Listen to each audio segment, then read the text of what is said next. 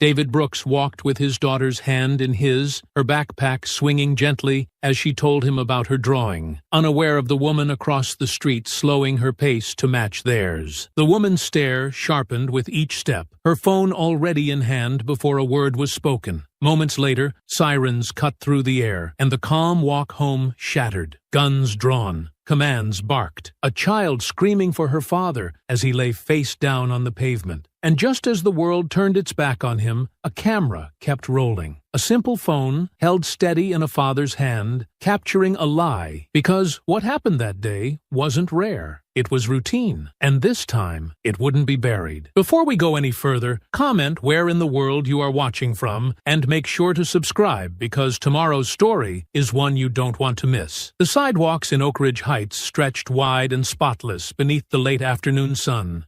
The kind of clean that spoke more to control than care. Each blade of grass was trimmed to identical height, every flower bed tucked neatly behind wrought iron gates and motion sensor sprinklers. It was the kind of neighborhood where silence wasn't peace. It was policing. And David Brooks felt that silence pressing in with every careful step. His daughter's hand was small, but firm in his, fingers curled tightly as they crossed the street toward the tree-lined lane just 2 blocks from their home. Lily swung her backpack a little with her free arm, her blonde hair catching the light as she skipped slightly ahead, and then fell back beside him, smiling in that unbothered way only 7-year-olds could. She had a crumpled drawing in her other hand, crayons, hearts, a house, and had spent the walk telling him which part of it was him and which part was her. He nodded, adding a gentle, "That's beautiful, baby." Every few steps, his mind half on the moment, half on the tension he'd noticed earlier. It wasn't what Lily saw. She didn't feel the eyes from across the street. She didn't notice the way the woman with the yoga mat had slowed, adjusted her pace, then turned and doubled back again. She didn't register the tightening rhythm of high-end sneakers hitting pavement with too much purpose. But David had. The woman wasn't jogging anymore. She was watching. And that wasn't a stretch. It was fact. He had felt it before. The weight of gaze mistaken for protection. The hard lines behind polite questions. The sense that someone had quietly decided he didn't fit. And now they were just trying to prove it. He knew exactly where this was headed. Not because he was paranoid, but because he'd lived long enough in places like this to see how suspicion traveled faster than kindness, especially when someone like him was walking next to someone like Lily. Still, he kept his voice easy, leaning down to her just slightly. "Almost home," he said, nodding toward the next intersection. She smiled and squeezed his hand again, crumpling her drawing in the process. He didn't mention it. The paper wasn't what mattered right now. From across the street, the woman cut an angle. Fast, direct. She wasn't jogging anymore. She was coming over. David gently pulled Lily a little closer, without making it look like anything. They reached the sidewalk and continued walking. He didn't break stride, didn't flinch, but he could feel the way her footsteps sped up behind them, then came alongside.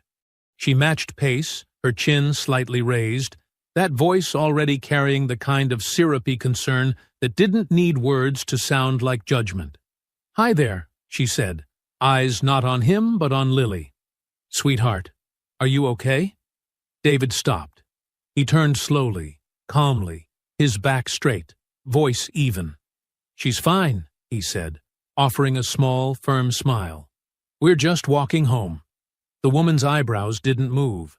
She took a step closer, leaned slightly to get a better view of Lily's face. "Sweetheart, is this your dad?" Her voice pitched higher, like she was asking a child to whisper a secret. "Do you know this man?" Lily blinked, caught off guard. She looked up at David, confused, then turned to the woman. "He's my daddy." The woman laughed once, sharp and breathless, like she'd just heard a joke she didn't believe. "Oh, right. Of course." David's eyes didn't leave hers. "Ma'am," he said slowly. "We're just trying to get home. Please stop talking to my daughter." But the woman had already taken a step back, hand fishing into her leggings for a phone. Her fingers were fast, confident. She wasn't second-guessing a thing. She was dialing. David stood still. He looked at Lily. Her smile had vanished, replaced with a slight frown as she watched the woman mumble something into the phone, turning her back and stepping away like she'd just spotted a broken fence she needed to report. "She's calling someone?" Lily whispered. David bent slightly and rested his hand on her shoulder. "It's okay," he said. But the words sounded like they were for her, not him. "Just keep holding my hand." The woman's voice carried, not loud but clear enough. "Yes, right now. On Willow and 32nd. A little girl, white, maybe 7, blonde. She looks scared. There's a black man with her. No, I don't know if she's hurt, but she's not answering me. He's saying he's the dad, but—" David didn't wait to hear the rest. He pulled out his phone, calmly opened the camera, and began recording. He didn't raise his voice. He didn't run.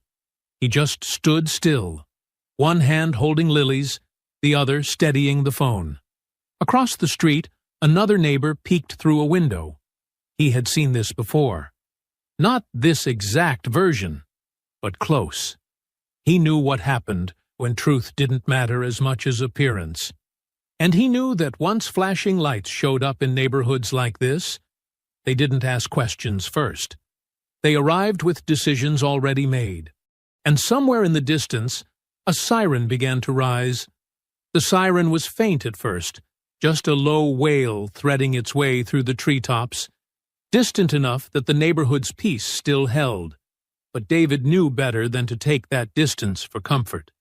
His fingers, still wrapped gently around Lily's hand, tightened just a little. Not in fear, not even in urgency, but in preparation. He didn't need to say anything. The world around them had already begun its quiet shift. The woman stood several steps away now, still on her phone, but her body was angled in a way that made it clear she was watching him just as closely as she was reporting him. The smirk on her lips wasn't obvious, but it was there, settled in the corners like a wrinkle she didn't care to hide. She didn't look afraid, not even slightly. That was the part David noticed most. She wasn't acting like someone worried about a child being taken. She was acting like someone proud to have caught something, like she'd just called animal control on a loose dog and was waiting for someone to come claim her reward. Lily was staring up at him now, the way she did when she didn't understand something and wanted him to explain it. But there were no gentle answers for this, only quiet damage. "She thinks you're not my daddy," Lily said softly, her eyes wide and uncertain. David crouched down slowly, bringing himself to her level so he could look her in the face. "I know, baby," he said, brushing a strand of hair back behind her ear. "But she's wrong. And we both know the truth. That's what matters right now." "But why would she think that?" she asked, her voice wavering. David exhaled through his nose, slowly. "Because sometimes people look at someone and decide they don't belong, and they think they're doing the right thing by calling someone to fix it. But not everyone who acts concerned is actually trying to help. She doesn't even know us. She doesn't have to. Some folks decide what they believe before they ask a single question." The woman was pacing now, still on the call, her voice louder. "Yes, they're just standing there now. She's clinging to him. I don't know. Maybe he's trying to keep her quiet. You need to hurry, please." David rose to his full height again, still holding Lily close, his phone still recording. The screen glowed steadily in his hand, a quiet witness. "Ma'am," he called over, voice steady. "You're making a mistake." She turned quickly, her expression indignant, like he'd just broken some unspoken rule. "Excuse me," she snapped. "I said you're making a mistake. This is my daughter. I'm her legal guardian. You're traumatizing a child because you think your instincts matter more than facts." I'm doing what anyone would do, she fired back, stepping toward them again, tone rising. She looks scared. She hasn't said a word to me. She doesn't know you. Why would she talk to a stranger who's shouting questions at her like she's a hostage? You're awfully defensive. I'm protecting my child. That's what fathers do. The woman crossed her arms, eyes darting to his phone. You recording me now? Is that supposed to scare me? It's supposed to protect me. She gave a short laugh, biting and sharp. This neighborhood doesn't play games, sir. We look out for each other. I'm your neighbor, too, David replied, keeping his tone even. Or does that only apply to certain people? Before she could answer, the sound of a vehicle grew louder. Tires crunching over asphalt, the familiar grind of brakes as a patrol car slid up to the curb. David turned his head slowly as two white officers stepped out.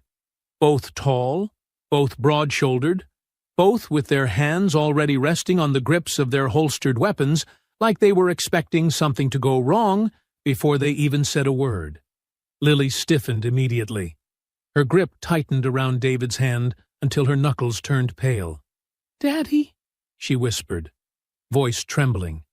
"I'm right here," he said, eyes on the officers. "Don't let go."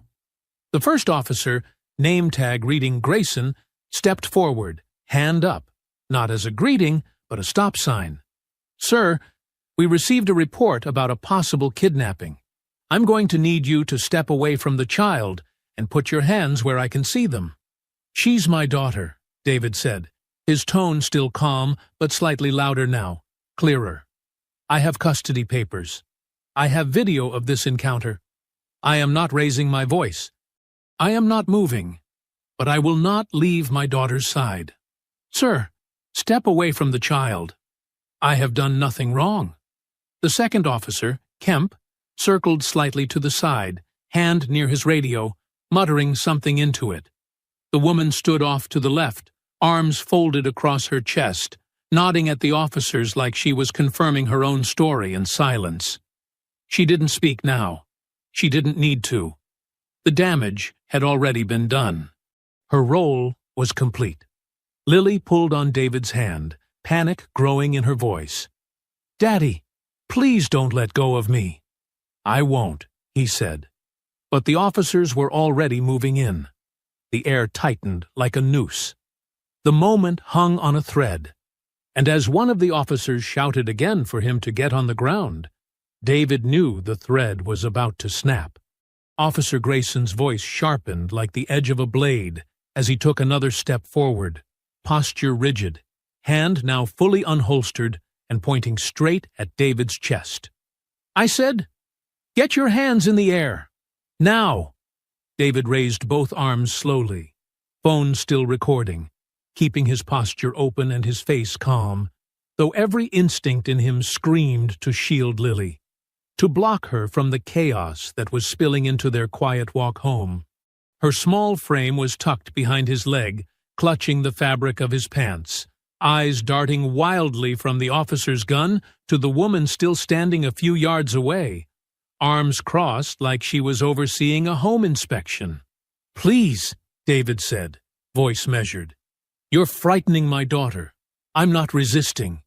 I have every document you'll need. My wallet is in my back pocket. My ID, my custody." "He's getting angry!" the woman suddenly yelled, her voice high and urgent as she took a step toward the officers, pointing now, twisting her face into the perfect mask of concern. "He's yelling! I think he's about to run." "No one's yelling," David said immediately, shaking his head, eyes flicking between the two officers, who were suddenly moving faster. "I haven't moved. I've done nothing but comply." But the woman's words had landed exactly the way she wanted them to, sliding into the air like oil on fire. "Get on the ground!" Grayson shouted, advancing with his weapon raised. "Get on the ground right now, or we will use force." "Daddy!" Lily screamed, voice breaking as she tried to grab his arm tighter. "Don't shoot!" David called out, dropping the phone and moving as slowly as he could to his knees, never lowering his hands. "I'm going down. I'm going down!" But they were already on him. The moment his knees hit the pavement, Kemp rushed from the side, slamming him onto his stomach with a force that knocked the wind out of him. His face hit concrete. A knee pressed hard into his spine. One hand was yanked backward at a brutal angle, then the other, metal locking tight as the handcuffs snapped shut. The pain flared through his shoulders, but it was the sound of Lily screaming that cut deeper than anything. "Stop it! Stop hurting him! That's my daddy! Please stop!" "Ma'am, step back!" One officer barked at her as if she were the threat. Lily tried to rush forward, but Grayson blocked her, crouched low and firm, holding her back with a hand on her shoulder that was meant to calm but only made her flinch. "Let me go! Let me go!" she sobbed, struggling against his grip. David couldn't see her now. His face was pressed to the sidewalk, cheek scraping rough against the concrete. The cuffs bit deeper with every breath he tried to take. "You're making a mistake," he gasped, speaking into the ground. "That's my daughter. I'm her father. Please don't separate us." "We'll sort that out at the station," Kemp muttered above him, breath heavy and close. "You should have complied sooner." "I did comply." Grayson leaned down toward Lily, speaking into his shoulder mic. "Child appears distressed. We're going to place her in protective custody until we can verify custody." David lifted his head as much as the pressure would allow. "Don't you take her. She's already scared out of her mind. I have every—" "Enough," Kemp snapped, giving the cuffs a harsh tug. "You can talk at the station." 2 more officers arrived in a second patrol unit, one of them stepping toward the woman who had made the call. She met them with a serene smile, nodding like she was being thanked for her service. "I didn't know what he might do," she said, with a calm shrug, her tone soaked in righteousness.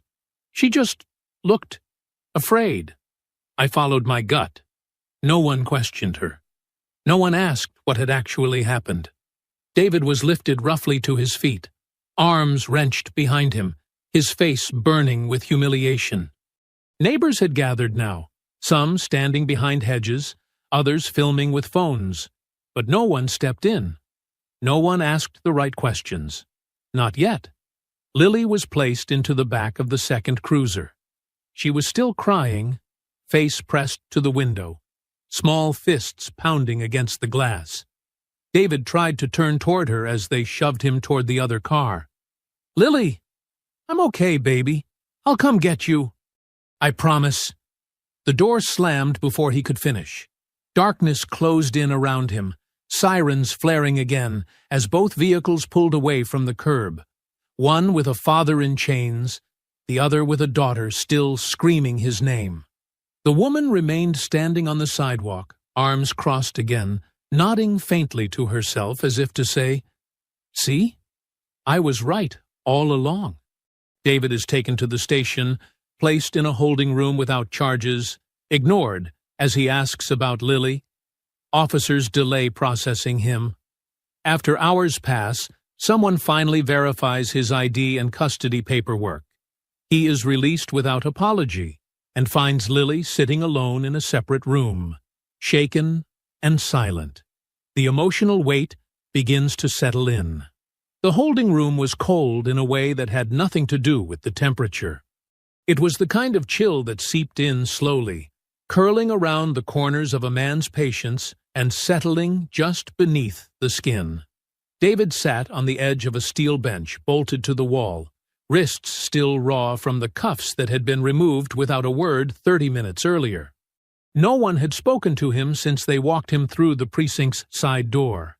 No charges read, no questions asked. Just a heavy silence that told him everything he needed to know about how the next few hours would go.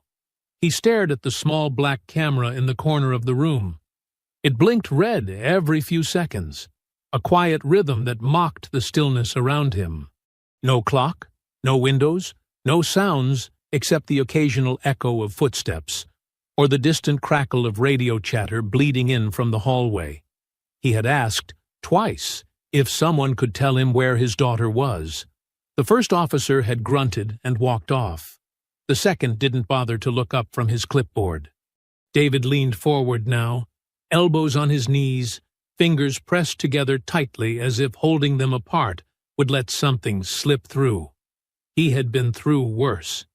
He had grown up in foster homes where attention only came when someone needed a scapegoat. He had been stopped before, questioned before, doubted before. But nothing about those experiences had prepared him for the sound of Lily screaming behind glass, while strangers dragged her away from him. The minutes folded into hours. No one brought him paperwork. No one offered water. The officers moved past the small window in the door with casual indifference, like he was a filing error they hadn't gotten around to correcting. He couldn't tell whether it was intentional or just routine. Both possibilities were equally bitter. At one point, he stood and knocked on the door, not with anger, just clarity. The officer who finally entered raised a brow like David had interrupted something sacred. "I'm going to need to speak to someone now," David said quietly. "I have identification. I have custody papers in my wallet. You've had me here for over 2 hours, and I want to know where my daughter is." The officer didn't answer immediately, just looked him over like he was recalculating something. "Name?" "David Brooks. My ID is in the wallet you took when you brought me in. So are the adoption documents." The officer sighed through his nose, turned without a word, and walked out. Another half-hour passed before someone else appeared. An older man this time, plain clothes, holding a manila folder and wearing the look of someone who had just been pulled from something more important. "Mr. Brooks," he said without apology as he opened the door, "we've confirmed your identity and custody status. You're free to go." David stood slowly, every part of him stiff from waiting. "Where is my daughter?" "She's in a separate room down the hall. Child Protective Services had her temporarily placed for safety until we could verify everything. Take me to her." The man nodded and led him down a narrow hallway that felt longer than it was. They passed a few officers who didn't make eye contact. David didn't care. Every step echoed with the memory of Lily's voice, the way it had cracked when she yelled for him, the way her fists had thumped against the back window of that cruiser. By the time they reached the door, he could feel his heart pressing against his ribs like it was trying to get there first. The door opened with a quiet click. Lily sat in a small plastic chair, feet swinging slowly above the floor.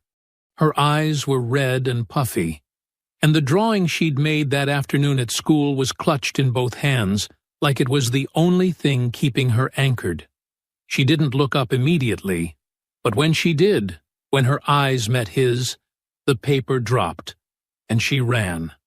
David dropped to his knees just in time to catch her, her arms locking around his neck so tightly he could barely breathe, and he didn't care at all. He held her there on the tiled floor of that cramped room, arms wrapped tight around her trembling frame, pressing his forehead gently to the side of hers while she whispered through sobs, "I was so scared, Daddy. I thought they weren't going to bring you back." "I'm here now," he said, barely able to speak through the thickness in his throat. "I'm here. And I'm not going anywhere." Behind them, the plainclothes officer cleared his throat, awkward but not unkind. "There's some paperwork to sign on your way out." David nodded, eyes still locked on his daughter. "You'll wait." And for once, someone did. The house smelled like lemon cleaner and faint lavender, the way it always did after the cleaning service came on Thursdays. But tonight, it didn't feel clean. It felt hollow, like the rooms were waiting for something to be said. But neither of them had the words to offer. Lily was quiet when they walked through the front door, her hand still curled tightly into his, her eyes darting from room to room like she was checking to make sure it hadn't all followed them home. David hung her backpack on the hook by the door and crouched down to help her with her shoes, fingers steady, even though everything inside him still throbbed from the grip of the handcuffs and the bruising on his shoulder. She didn't ask for dinner, didn't ask for her favorite show, didn't even ask why no one had said sorry. She just walked straight to the couch, curled up on the end with the worn yellow blanket she always used, and pressed her cheek into the cushion like sleep was the only way to shut the day out. David watched her for a long moment before turning off the overhead light and lifting her into his arms. She didn't wake, just exhaled softly against his neck, the way she had when she was younger, before nightmares became something real. He carried her to her room, tucked her in carefully, and kissed her forehead without saying anything. The words felt too small for a day like this. Downstairs, the kitchen was still. He sat at the table with the overhead light on, casting a pale circle across the wood. The house was paid off. The fridge was stocked. The furnace had just been serviced. All the things that were supposed to mean safety. All the quiet victories that weren't loud enough to shield him when it counted. He reached for the small black folder on the bookshelf, his emergency file. It was old, but updated often. Adoption certificate, school records, medical forms, birth parents' death certificate, guardianship papers. He spread them out on the table like pieces of armor. He had done everything right. Every form filed. Every renewal submitted. No corners cut. No room for doubt. And still, he had been thrown to the pavement in front of his daughter because a stranger didn't like the shape of what they looked like walking down the street together. He sat there a long time. No TV, no phone, just the hum of the refrigerator in the background and the soft creak of the heating vents as the night settled in. He didn't want revenge. He didn't want some dramatic confrontation. What he wanted was accountability, measured, undeniable, and public. He opened his laptop and began searching. It didn't take long. Her name had come up on a neighborhood app before, Karen Ellsworth. A few clicks led to more. A quick reverse lookup confirmed the street. Same block, same voice from the video. He found threads, some locked, others archived. A post about a suspicious man waiting outside the elementary school gate turned out to be a father picking up his son. Another thread about someone lingering near the tennis courts. It was a delivery driver stuck on a late route. No arrests ever made. No reports ever verified. But the usernames lined up. The language repeated itself. She had done this before, more than once. And every time, the story was the same. The target changed, but the fear stayed white. He bookmarked everything, took screenshots, saved profiles. There was a trail here, and it wasn't invisible, not if someone had the patience to follow it. When he finally leaned back, the clock on the oven read 2:43 a.m. His eyes were heavy, but his thoughts were sharp. He had always believed in staying composed, staying quiet, staying out of the fray. That had worked, until it didn't. He opened a new tab and typed in the name of a civil rights law firm he'd kept bookmarked since the week he finalized Lily's adoption. He hadn't needed it then, but something in his gut had told him it was worth keeping just in case. He clicked the contact form. He filled in his name. He kept the message short. Unlawful detainment.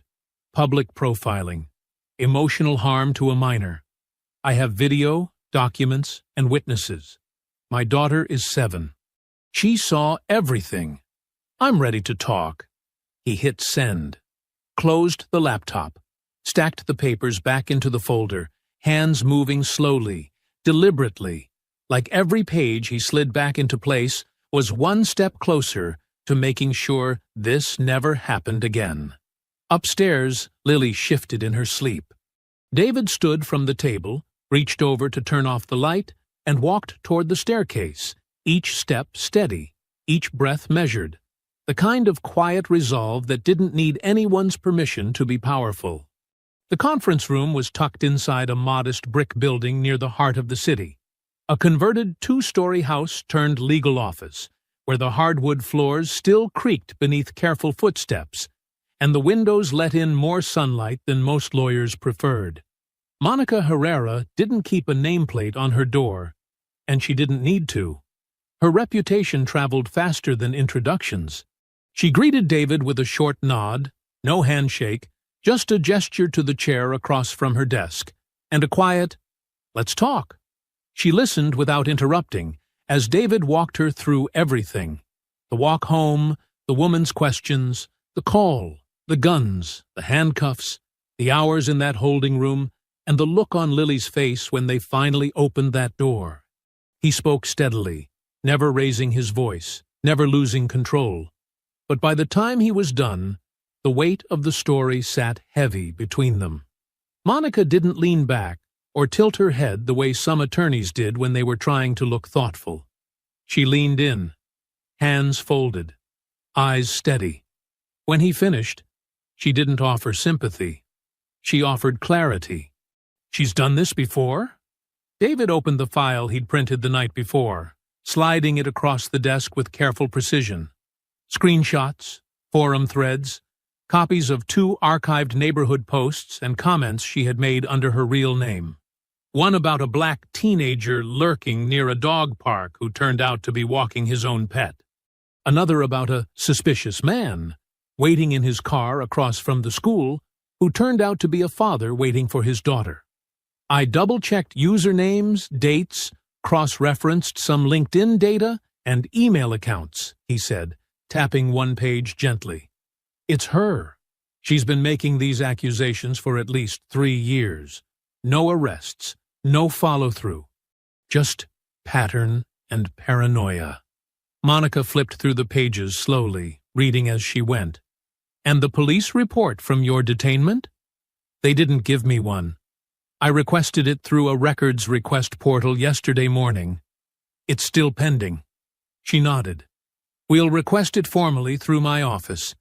And once we get it, we compare the language used in their report to the footage you recorded before the arrest. If there's a discrepancy, especially about whether she claimed you were aggressive, we include that under false reporting."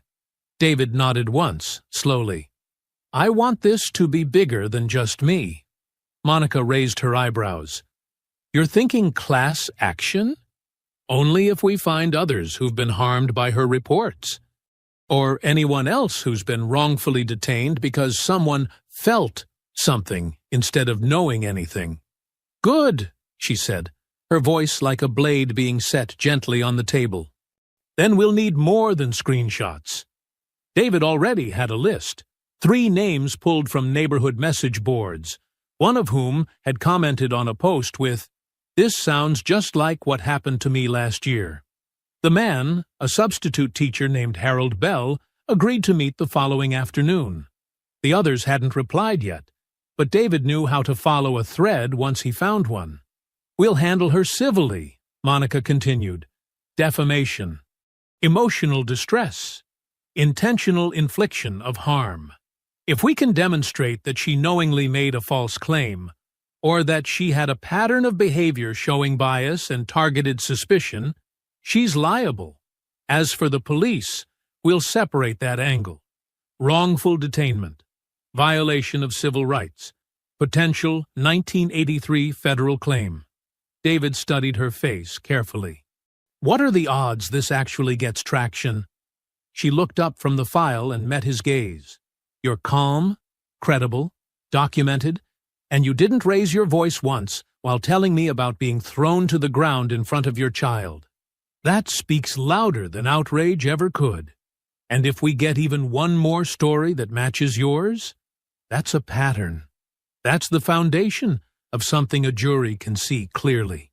People don't like being told about racism, but they'll see a little girl screaming for her father while 2 officers drag him away, and they won't need to be told anything." David exhaled slowly. "That's what I'm counting on." Monica stood and extended a card. "My assistant will reach out tonight. We'll start formal intake, and I'll assign one of our researchers to pull her employment history, any HOA complaints, and see if there are other records we can subpoena." He took the card without a word. There was nothing left to say. The work had already started. As he stepped out of the office into the late morning sun, he paused on the sidewalk and looked back at the small building behind him. It wasn't grand. It wasn't loud.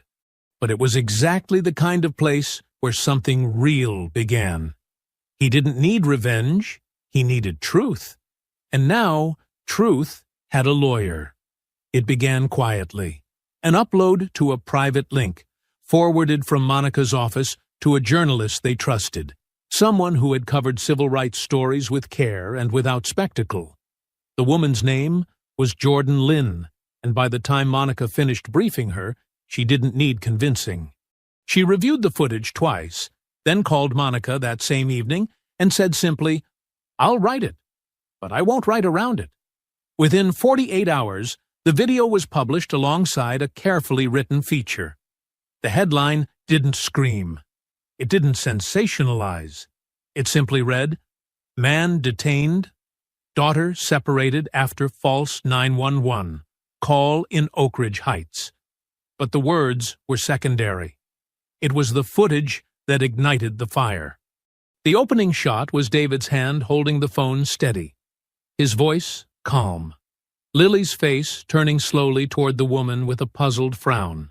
The moment her small voice said, "He's my daddy," the woman's laugh, her dismissive tone. Then the officers arriving, guns drawn, commands shouted, David's quiet compliance. And finally, the sound of Lily screaming as he was slammed to the ground. That cry, high and piercing, struck people harder than any article could. It played again and again across timelines and comment sections, clipped and reposted by strangers who didn't need to know David's name to know what they were seeing was wrong. The image of a child crying for her father while being pulled away by strangers was more powerful than any caption. By the end of the day, the video had surpassed 500,000 views. David didn't look at any of it. He stayed off the news, avoided the comment sections, silenced every notification on his phone. He didn't want to know what people thought. He didn't need validation from strangers. He had seen what mattered. And he remembered what it felt like to sit on the sidewalk with his face to the pavement while his daughter screamed behind police doors. Monica, meanwhile, handled the noise. She spoke with journalists, filtered interviews, coordinated outreach. Her voice remained calm, but her inbox flooded with messages, some from reporters, some from viewers sharing their own stories, and a few from people who had crossed paths with Karen Ellsworth long before this case made her name public. She used to work at a private school, one woman wrote. She flagged a black parent during pickup once because she didn't recognize him. The school brushed it off. Another came from a man in a neighboring suburb. She filed a noise complaint on me for waiting in my car on her street. I was doing DoorDash. She told the dispatcher I was surveying the neighborhood. They made me get out of the car at gunpoint. Monica added each one to the growing case file. With each new report, the shape of the narrative changed. It was no longer just about David and Lily. It was about a pattern, about unchecked entitlement dressed as concern, about how certain people learned to weaponize fear under the illusion of safety. The police department, feeling the pressure, released a brief statement the next afternoon. We are aware of the incident involving Mr. David Brooks and are currently reviewing procedures surrounding his detainment. At this time, both responding officers have been placed on administrative leave pending the outcome of an internal investigation. We ask for patience as we conduct our review. It wasn't an apology. It wasn't accountability. It was a placeholder. David read the statement once and set it aside. They'll apologize when they're forced to, he said to Monica, who simply nodded in agreement. That night, while Lily slept upstairs and the living room filled with soft light from the reading lamp, David sat at the table again, not hunched this time, not burdened, but steady. He opened the folder, reviewed the additions Monica had emailed, and jotted a few notes. He didn't want to be famous. He didn't want headlines. What he wanted was permanence, something on paper, something that would outlast public attention spans. The doorbell rang once, and his neighbor, a quiet man named Yusuf, who rarely said much beyond greetings, stood on the porch holding a small plant in a ceramic pot. "I saw the video," he said softly. "If you ever need help with anything, I just wanted you to know." David took the plant with a quiet "thank you" and placed it by the window. Small, green, alive. It didn't fix anything, but it didn't need to. It was a sign, a gesture, and right now, those were starting to matter. The next morning, Monica called with a list of scheduled interviews. Major networks, national outlets. Some had already run stories without waiting. David paused, then gave the answer he knew was right. "Let the video speak. I'll stay quiet until it's time to testify." Monica didn't argue. She knew this wasn't about performance. It was about proof. And the world had already seen enough to understand that silence didn't mean weakness. It meant patience. And patience was building something stronger. By the end of the week, the pressure became impossible to ignore. The police department, under mounting scrutiny, held a short press briefing where the chief confirmed that Officers Grayson and Kemp had been formally suspended without pay pending the results of the internal review. It was a carefully worded move meant to placate, not admit. No apology. No acknowledgement of wrongdoing. Just the usual language of concern and protocol evaluation spoken behind a podium flanked by flags and stone-faced officers pretending not to notice the camera flashes. For the public, it wasn't enough. Not after the video. Not after Lily's tear-streaked face had become the image shared across the country. Not after the body cam footage, quietly leaked by someone inside the department, showed that neither officer had even attempted to de-escalate before drawing their weapons. Then came Karen. Her name had been circulating online for days. Speculated, hinted at, finally confirmed when local records and past neighborhood app comments were matched against the voice in the video. Within hours, her identity was public. So was her face. News vans began parking outside her gated home. Her employer, a consulting firm specializing in crisis management, issued a single-sentence statement. "Karen Ellsworth is no longer employed with our company, effective immediately." The irony was not lost on anyone. And then she did what no advisor could have possibly recommended. She agreed to an interview. It aired on a local station. She sat with her hands folded in her lap, posture stiff, voice composed in the way only people who have never had to explain themselves tend to sound. She didn't apologize. She didn't backtrack. She defended. "I did what any responsible person would do," she said, the corners of her mouth pinched with frustration. "I saw a child who looked distressed, and I acted. I'd rather be wrong and make a call than be right and do nothing." The anchor pressed gently, asking if she had any regrets about how it unfolded, about the trauma inflicted, about the fact that David was Lily's father, about the pattern of previous accusations now coming to light. "I'm not a racist," Karen said firmly. "I care about safety. That's all this was. People are trying to paint me as some kind of monster because I trusted my instincts." The backlash was immediate. Clips of the interview flooded social media, edited down to the sound bites that hit hardest. "I'm not a racist," and "trusted my instincts." Late-night hosts mocked her. Civil rights groups condemned her words. And slowly, more stories began to surface. Neighbors who had once stayed silent, now speaking up. Parents who had been watched too closely at the school gate. Delivery drivers who had been followed down the street. Even a real estate agent who said she was forced to cut a showing short when Karen called security claiming someone was casing the property. Monica gathered each story and added it to the case file, building the framework of a pattern that could no longer be denied. The picture that emerged wasn't of a single bad judgment. It was a routine, a practiced performance of suspicion dressed up as community concern. David watched it unfold from a distance. He still hadn't spoken publicly. He let the footage speak for him, let the outrage rise around him while he focused on what came next. Each development felt important, but none of it changed what he had already decided in the quiet of his kitchen that first night. Justice didn't come through noise. It came through evidence, and it stuck when it arrived with proof. Lily asked him one night why people were saying the woman was in trouble now. He thought for a long moment before answering. Because sometimes people do things over and over again that hurt others, and they think no one's going to stop them. But eventually, enough people speak up, and that's when it changes. She nodded, then climbed into his lap and held onto his arm. "Are we going to be okay?" David kissed the top of her head, letting his answer settle in before he gave it. "Yes, we already are." Outside, the city kept moving. Headlines changed. Stories shifted. But for once, the center of the storm was holding its shape.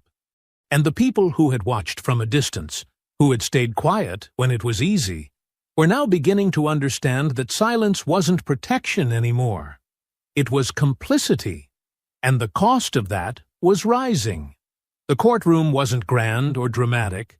No sweeping architecture, no gallery of gasps, just beige walls, worn benches, and the low murmur of shuffled papers and rustling suits.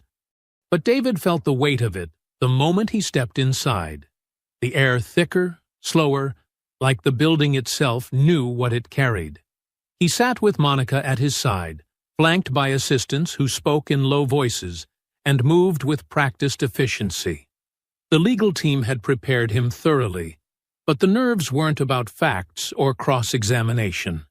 They were about Lily, about what she had seen, about how it might feel to speak it aloud under oath.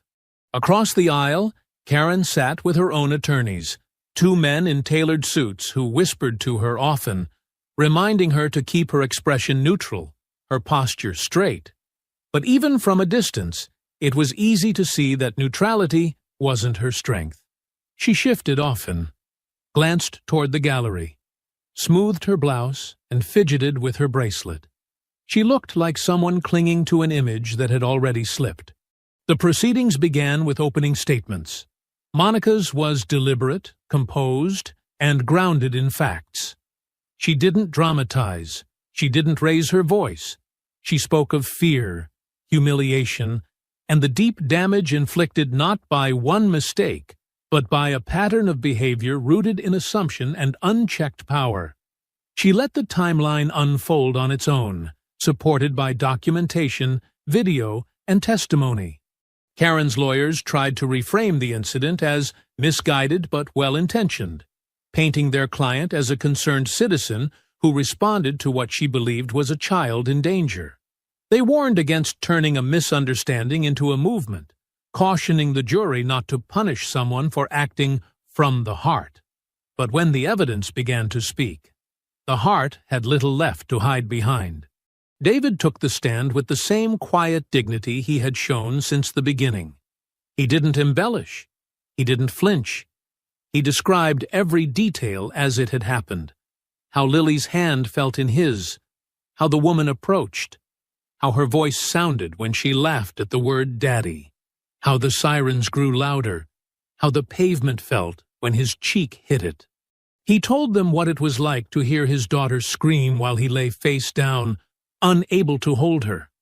Monica asked only what was necessary. The video played. The courtroom was silent. The judge approved a closed session for Lily's testimony. She was accompanied by a court-appointed advocate and a child psychologist, and though her voice trembled at first, she answered clearly. Yes, the woman had scared her. Yes, she had said, "He's my daddy." Yes, she had seen the guns. Yes, she had cried. Yes, she had thought they were taking her away forever. Karen didn't meet Lily's eyes when the transcript was read aloud in the courtroom. When it was her turn to testify, Karen took the stand with a carefully prepared expression, a mixture of regret and self-justification.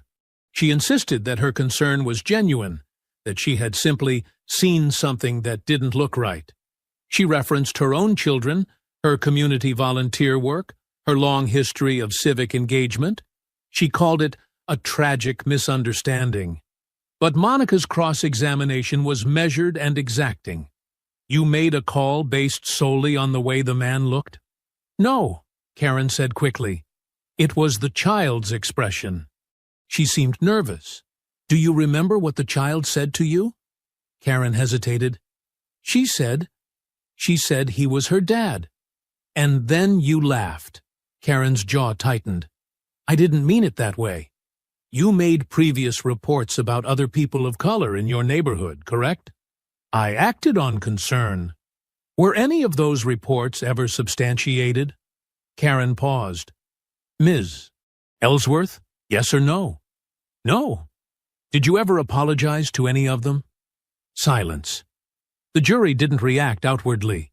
No gasps, no notes passed. But their stillness said everything. They were listening. Monica's closing statement was simple.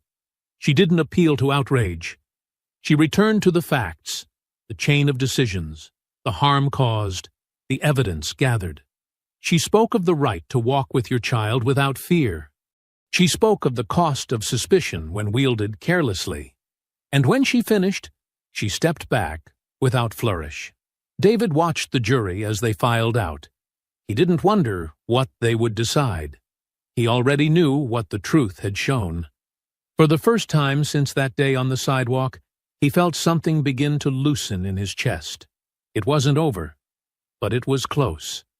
The jury returned just before noon on the third day of deliberation, filing back into the courtroom with quiet expressions and locked eyes. No one looked at Karen. A few glanced at David, but not with sympathy, more like recognition. A silent acknowledgement of something they could no longer deny. David sat upright beside Monica as the court clerk read the verdict aloud. The words moved slowly, but each one landed clean. "We, the jury, find in favor of the plaintiff, David Brooks, on all counts. We award compensatory damages in the amount of—" He heard the number. He knew it was high, higher than anyone had predicted. But he didn't feel triumph. He didn't blink. He just exhaled once, quietly, his gaze fixed on the edge of the table as if grounding himself there. Karen didn't speak. Her attorneys showed no reaction. But behind them, in the gallery, there was a murmur, a mix of relief, quiet clapping, and one audible breath from someone who had likely been holding it the entire trial. The judge called for order, then addressed the court directly. "In addition to the civil judgment," she said, voice steady, "this court will refer the matter of the false report for criminal investigation by the district attorney's office in accordance with state statute." David looked up then, not at the judge, but at Karen. Her face was pale now, her posture rigid, hands clutched so tightly in her lap that the skin around her knuckles had gone white. There were no words for her. None needed. Everything that needed to be said had already been placed into evidence. The courtroom emptied slowly. Monica gathered the paperwork, her expression unreadable as always, but there was something in the way she moved, less guarded, more settled. She turned to David once the room was nearly empty. "You were right to stay silent," she said quietly. "The video did the talking. The facts held. That's rare." David nodded. "It's not about the money." "I know." They walked together to the steps outside the courthouse, where a small group of reporters waited with microphones and cameras, their questions already rising as soon as the doors opened. Monica stepped forward, delivered a firm statement on behalf of her client, and then guided him away without inviting a single follow-up. It wasn't a moment for sound bites. It wasn't theater. Later that evening, news of the verdict swept through every major outlet. Headlines framed it as a landmark decision, a case of racial profiling resulting in a definitive civil penalty, a rare legal consequence for a false accusation made in public. Analysts called it precedent. Activists called it overdue. David didn't watch the coverage. He spent the evening with Lily instead, sitting cross-legged on the living room floor with art supplies scattered around them. She was making a new drawing, one of their house, with wide windows and bright yellow curtains. She'd labeled the stick figures carefully this time. Daddy, me, safe. He kept his phone face down on the kitchen counter. Monica had sent him a brief update by text. Internal review complete. Both officers terminated. Final statement from department will be issued tomorrow. That was enough for now. The next morning, the department issued a press release that sounded more sincere than their earlier efforts. It acknowledged procedural failures, poor judgment, and a breakdown in communication that should never have placed an unarmed father and his daughter in danger. The chief admitted that the department's policies on community reporting and bias training were being urgently revised. It wasn't perfect, but it was public, and it was permanent. David sat in his office at home, the door slightly open so he could still hear Lily humming in the next room. He reviewed the signed court documents one more time, then opened a new file on his computer and typed the title at the top. Brooks Legal Aid Initiative. Mission Statement, Draft. He didn't know all the logistics yet, but he knew what it would be for. Families like his. People who didn't record their arrests. Parents who didn't have a lawyer waiting. Kids whose cries never made it to the public.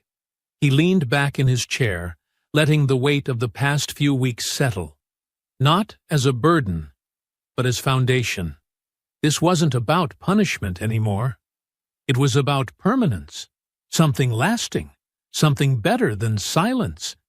And for the first time since that day on the sidewalk, he felt like they weren't just surviving. They were shaping something new. The community center wasn't large or polished. The floors creaked, the chairs didn't match, and the walls bore the faint scuffs of a building that had served more than its share of youth programs and voter registration drives. But today, it felt full of people, of purpose, of something that didn't need gloss to feel real. David stood near the front, dressed simply in a gray blazer and open-collar shirt, hands resting at his sides as guests filtered in. Some he knew, neighbors, old friends, former co-workers. Others he didn't recognize but had seen the video, read the articles, followed the case. Families who'd come quietly, not to congratulate, but to connect. A few brought children. More than a few brought stories. The Brooks Legal Aid Initiative was printed in soft blue letters across a folding banner that hung behind the small stage. Below it sat a table with brochures, donation forms, and a list of partner attorneys already committed to volunteering time. Monica stood off to one side, clipboard in hand, speaking with two young organizers who had come from a nearby law school to offer support. She moved with calm certainty, avoiding attention while ensuring everything stayed on course. At David's side, Lily clutched a clipboard of her own, far more colorful, covered in stickers and slightly bent from the weight of enthusiasm. She had insisted on helping greet people at the door, handing out name tags with surprising confidence for a child who, just months ago, had barely spoken after what happened. Her eyes sparkled now. She was whole again, not because the world had changed, but because her father had refused to let it break her. As the chairs filled and the murmurs quieted, Monica stepped forward to welcome everyone, keeping her remarks short. She introduced David not as a client, not as a symbol, but simply as someone who refused to stay silent. He took the stage with no notes. "I didn't plan to speak today," he began, his voice steady and even. "Because I always believed the point of all this wasn't about me. It was about what happened, and what we do next."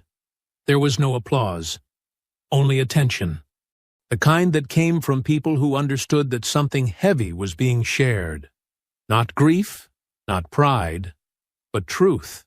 "When this started," he continued, "I didn't know how far it would go. I didn't know if the court would care. I didn't know if people would believe what we lived through, but I did know that I couldn't let it slide. Because if I did, then Lily would learn that silence is the safest choice. And I couldn't let that be the lesson."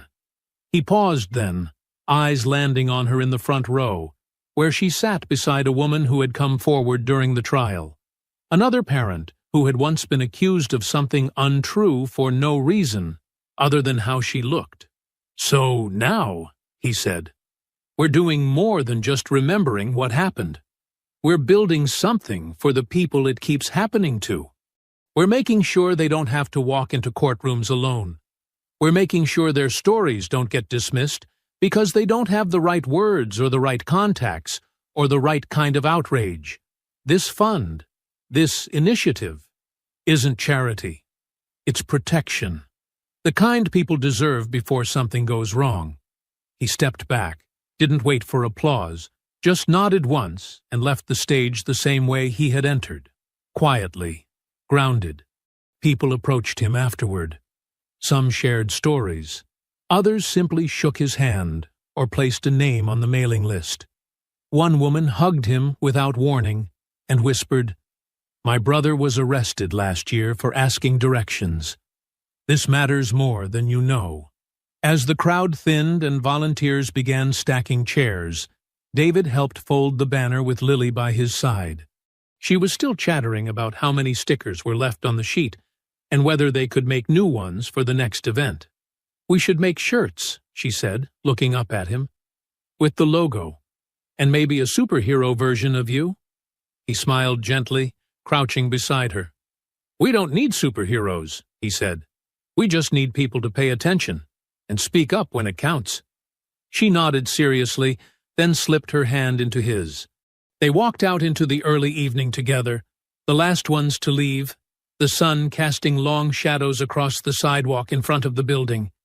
It didn't feel like a finish line. It felt like the first steady step in something larger. And this time, no one questioned who they were. The courthouse looked different now. Not in its structure. Same glass doors, same tired security guard at the entrance, same beige corridors stretching too long in either direction, but in the way people looked at it. It no longer stood as a place where silence swallowed everything. It had become something else. A marker. A symbol of what happened when someone refused to lower their eyes. Karen Ellsworth stepped through those doors with her head slightly bowed, flanked by two attorneys who moved briskly but not confidently. The cameras outside clicked rapidly as reporters called out questions, none of which she answered. Her usual tight smile was gone. Her hair was pulled back too neatly, as if trying to mimic control, but her hands trembled just enough for the nearby lens to catch it. She didn't speak during her arraignment. Her attorney entered the plea, not guilty, on her behalf, but the courtroom didn't hold its breath. This wasn't a trial for headlines anymore. It was the slow part of justice, the quiet part, where consequences didn't arrive with outrage, but with documentation and time. The judge set a date. She was released without bond, and she walked out, not like someone escaping judgment, but someone stepping into it. David watched it later, not in real time, but in a quiet clip played during a news segment about the case's long-term effects.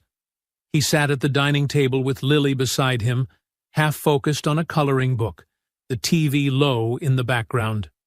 "They showed her again," Lily said without looking up. "I know," he replied, keeping his tone neutral. "That part's not over yet. She didn't look the same." David nodded, watching her carefully shade in the window of a house with blue crayon. "People usually don't.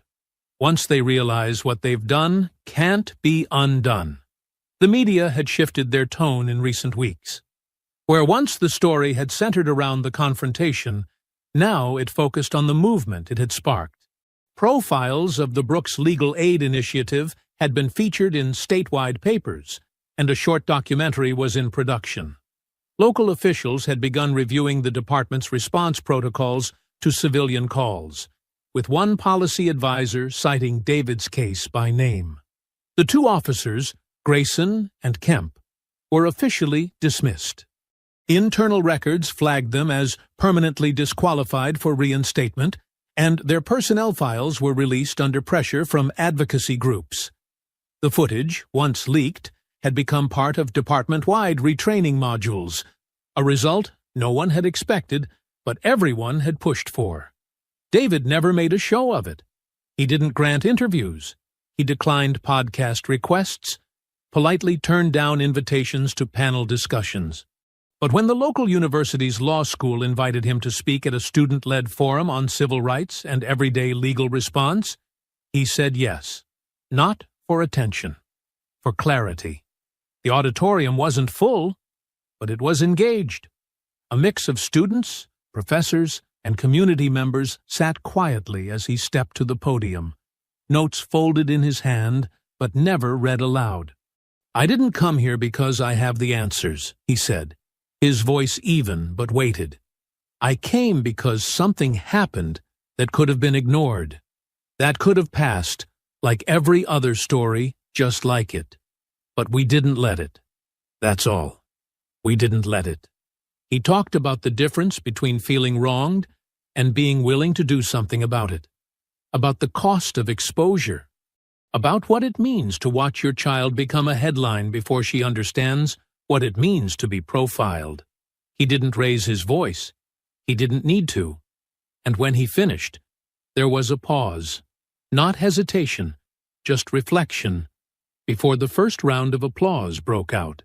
Not loud, not performative, just real.